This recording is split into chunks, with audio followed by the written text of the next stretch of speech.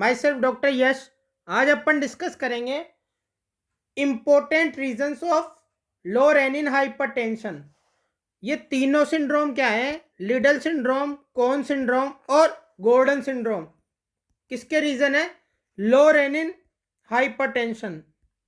इन तीनों की वजह से क्या होता है? लो रेनिन हाइपरटेंशन होता है। अब तीनों के अलग अलग कारण होते हैं, क्यों होता है ये अपन डिस्कस करेंगे आज इस लेक्चर के अंदर।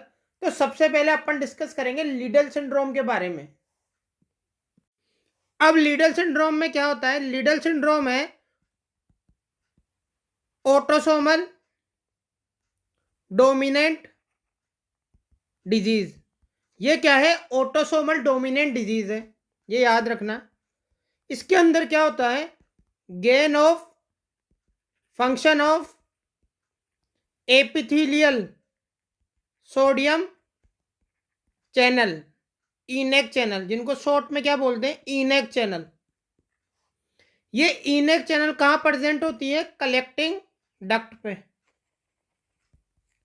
अब इसका क्या हो जाएगा? गेन ऑफ फंक्शन, ये ज्यादा काम करेगी। अब जब ये ज्यादा काम करेगी तो ये क्या करेगी? ये करेगी सोडियम का रीअब्जॉर्प्शन।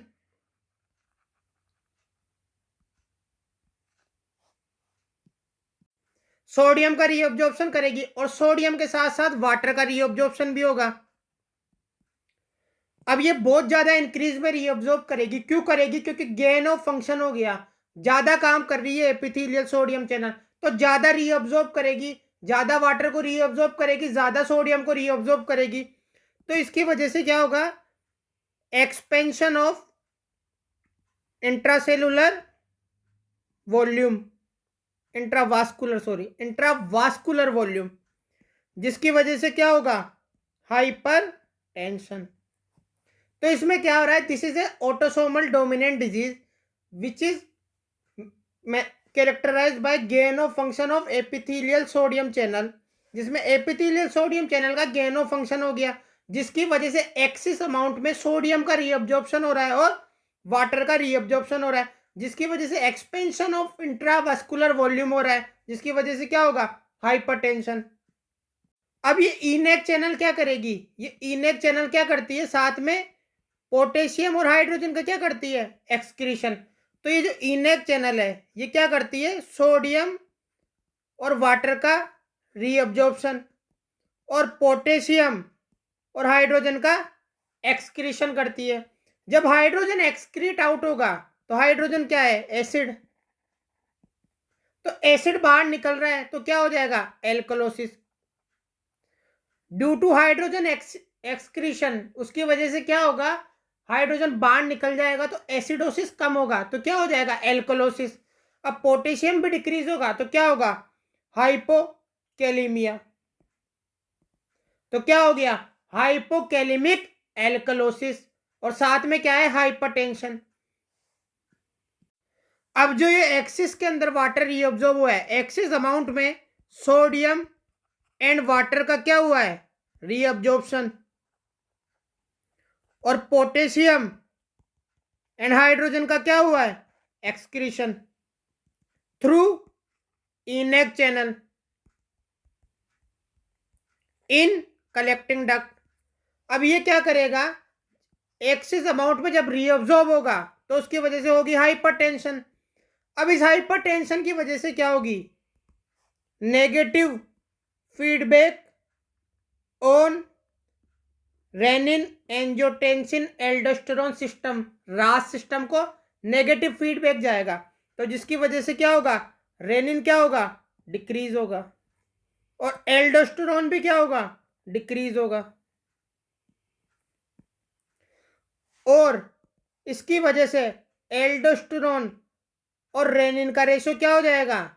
डिक्रीज हो जाएगा या नॉर्मल रहेगा। समझ में आ गया? अब इसके अंदर क्या होगा? एल्डोस्टेरोन रेनिन का रेशियो क्या हो जाएगा? डिक्रीज हो जाएगा। क्यों हो जाएगा? क्योंकि एल्डोस्टेरोन भी डिक्रीज हो रहा है और रेनिन भी डिक्रीज हो रहा है, या तो डिक्रीज हो जाएगा या नॉर्मल रहेगा। समझ में आ गया? अब इसकी ड्रग क्या होती है? इसमें कौन सी ड्रग देते हैं लीडल सिंड्रोम में? ये होती है एमिलोराइड। अब ये कैसे काम करती है? लीडल सिंड्रोम में क्या हो रहा था, ENaC channel epithelial sodium channel axis के अंदर काम कर रही थी, तो ये क्या करेगी, इनहिबिट कर देगी। किसको, किसको इनहिबिट कर देगी, इनेक चैनल को, एपिथेलियल सोडियम चैनल को इनहिबिट कर देगी, जिसकी वजह से क्या होगा, सोडियम का रीअब्जॉर्प्शन नहीं होगा और वाटर का रीअब्जॉर्प्शन नहीं होगा, तो क्या हो जाएगा, डाइयूरेसिस। क्या हो जाएगा, डाइयूरेसिस। तो ये क्या है, एक तरह की डाइयूरेटिक है। लेकिन अब क्या होगा, इसकी वजह से पोटेशियम और हाइड्रोजन का एक्सक्रीशन नहीं होगा, तो पोटेशियम बॉडी में रह जाएगा, तो ये क्या हो जाएगी, पोटेशियम स्पेरिंग डाइयूरेटिक। यह हाइपोकैलिमिया को प्रिवेंट कर रही है, यह हाइपोकैलिमिया को क्या कर रही है, प्रिवेंट कर रही है। समझ में आ रहा है, तो यह हाइपोकैलिमिया को प्रिवेंट कर रही है, तो इसको क्या बोलते हैं, पोटेशियम स्पेरिंग डाइयूरेटिक। तो ये किसका ट्रीटमेंट है, ये लीडल सिंड्रोम का ट्रीटमेंट है। अब अपन ने लीडल सिंड्रोम पढ़ लिया, अब अपन पढ़ेंगे कौन सा syndrome, Conn syndrome. Conn syndrome में क्या होता है, कॉन सिंड्रोम में होता है एड्रिनल एडिनोमा। अब ये एड्रिनल एडिनोमा क्या करेगा, ये सीक्रेट करेगा, क्या, एल्डोस्टेरोन को। अब एल्डोस्टेरोन को ये सीक्रेट करेगा ज्यादा अमाउंट में, तो एल्डोस्टेरोन का अमाउंट क्या हो जाएगा, इंक्रीज। अब ये एल्डोस्टेरोन कहां पर जाके एक्ट करेगा, एपिथेलियल सोडियम चैनल को, तो उसकी वजह से क्या होगा, सॉल्ट एंड वाटर का क्या होगा, रीअब्जॉर्प्शन। सॉल्ट एंड वाटर का तो रीअब्जॉर्प्शन होगा, और पोटेशियम और हाइड्रोजन का क्या होगा, एक्सक्रीशन। तो इसकी वजह से क्या होगा, हाइपोकैलिमिया और एल्कलोसिस, और सॉल्ट एंड वाटर के रिटेंशन और रीअब्जॉर्प्शन से क्या होगा, हाइपर टेंशन। अब कॉन सिंड्रोम और लीडल सिंड्रोम में क्या अंतर है, लीडल सिंड्रोम में ये जो चैनल है, इनेक चैनल, ये खुद ही ज्यादा काम कर रही है, ज्यादा काम कर रही थी, ओवर एक्टिव, किसके अंदर, लीडल सिंड्रोम में। लेकिन कॉन सिंड्रोम के अंदर एल्डोस्टेरोन ज्यादा है, लीडल सिंड्रोम में एल्डोस्टेरोन ज्यादा नहीं है, ये एपिथेलियल सोडियम चैनल ज्यादा काम कर रही है, ओवर एक्टिव है लीडल सिंड्रोम में, और कॉन सिंड्रोम में एल्डोस्टेरोन ज्यादा है। अब जब एल्डोस्टेरोन ज्यादा होगा और हाइपरटेंशन होगी, तो ये क्या करेगा, रास एंजियोटेंसिन एल्डोस्टेरोन सिस्टम को क्या करेगा, नेगेटिव फीडबैक देगा, तो जिसकी वजह से क्या होगा, रेनिन क्या हो जाएगा, रेनिन हो जाएगा डिक्रीज। रेनिन तो डिक्रीज हो गया, लेकिन एल्डोस्टेरोन ज्यादा है, तो एल्डोस्टेरोन रेनिन रेशियो क्या हो जाएगा, इंक्रीज हो जाएगा। और लीडल सिंड्रोम में क्या हो रहा था, लीडल सिंड्रोम में एल्डोस्टेरोन रेनिन रेशियो नॉर्मल और डिक्रीज हो रहा था। अब ये इन्वेस्टिगेशन ऑफ चॉइस क्या होती है, कौन सिंड्रोम में इन्वेस्टिगेशन ऑफ चॉइस होती है सलाइन इन्फ्यूजन टेस्ट। ये याद रखना बहुत इंपॉर्टेंट है, investigation of choice of Conn syndrome is saline infusion test. और स्क्रीनिंग टेस्ट क्या होता है, aldosterone renin ratio, Conn syndrome का स्क्रीनिंग टेस्ट। ये याद रखना, कौन सिंड्रोम का स्क्रीनिंग टेस्ट और इन्वेस्टिगेशन ऑफ चॉइस। समझ में आ गया, तो ये तो हो गया कौन सिंड्रोम। अब अपन पढ़ेंगे गॉर्डन सिंड्रोम। अब गॉर्डन सिंड्रोम में क्या होता है, gain of function of sodium chloride को ट्रांसपोर्टर, इसका क्या हो जाता है, gain of function. Gain of function का मतलब है ये ज्यादा काम करेगी, जब ज्यादा काम करेगी तो सोल्ट, सोडियम एंड क्लोराइड का क्या हो जाएगा, एक्यूमुलेशन। अब सोडियम के साथ साथ क्या आएगा, वाटर भी आएगा, उसकी वजह से क्या होगा, एक्सपेंशन ऑफ इंट्रावास्कुलर वॉल्यूम, जिसकी वजह से क्या हो जाएगा, हाइपर टेंशन। अब ये हाइपर टेंशन की वजह से क्या होगा, और ये इंक्रीज हाइपर टेंशन और इंट्रावास्कुलर वॉल्यूम की वजह से रास एंजियोटेंसिन सिस्टम पे क्या जाएगा, नेगेटिव फीडबैक। अब ये नेगेटिव फीडबैक जाएगा, तो जिसकी वजह से क्या होगा, रेनिन डिक्रीज हो जाएगा। क्या हो जाएगा, रेनिन डिक्रीज हो जाएगा, और एल्डोस्टेरोन भी क्या हो जाएगा, एल्डोस्टेरोन भी हो जाएगा डिक्रीज। अब हमेशा याद रखना, जब जब एल्डोस्टेरोन डिक्रीज होगा तो पोटेशियम इंक्रीज होगा। एल्डोस्टेरोन और पोटेशियम क्या होते हैं, एक दूसरे के अपोजिट होते हैं। एल्डोस्टेरोन और पोटेशियम एक दूसरे के अपोजिट काम करेंगे। जब एल्डोस्टेरोन डिक्रीज होगा तो पोटेशियम क्या हो जाएगा, इंक्रीज। तो यहाँ पर नेगेटिव फीडबैक की वजह से एल्डोस्टेरोन और रेनिन डिक्रीज हो रहे हैं, तो इसकी वजह से क्या होगा, पोटेशियम इंक्रीज हो जाएगा।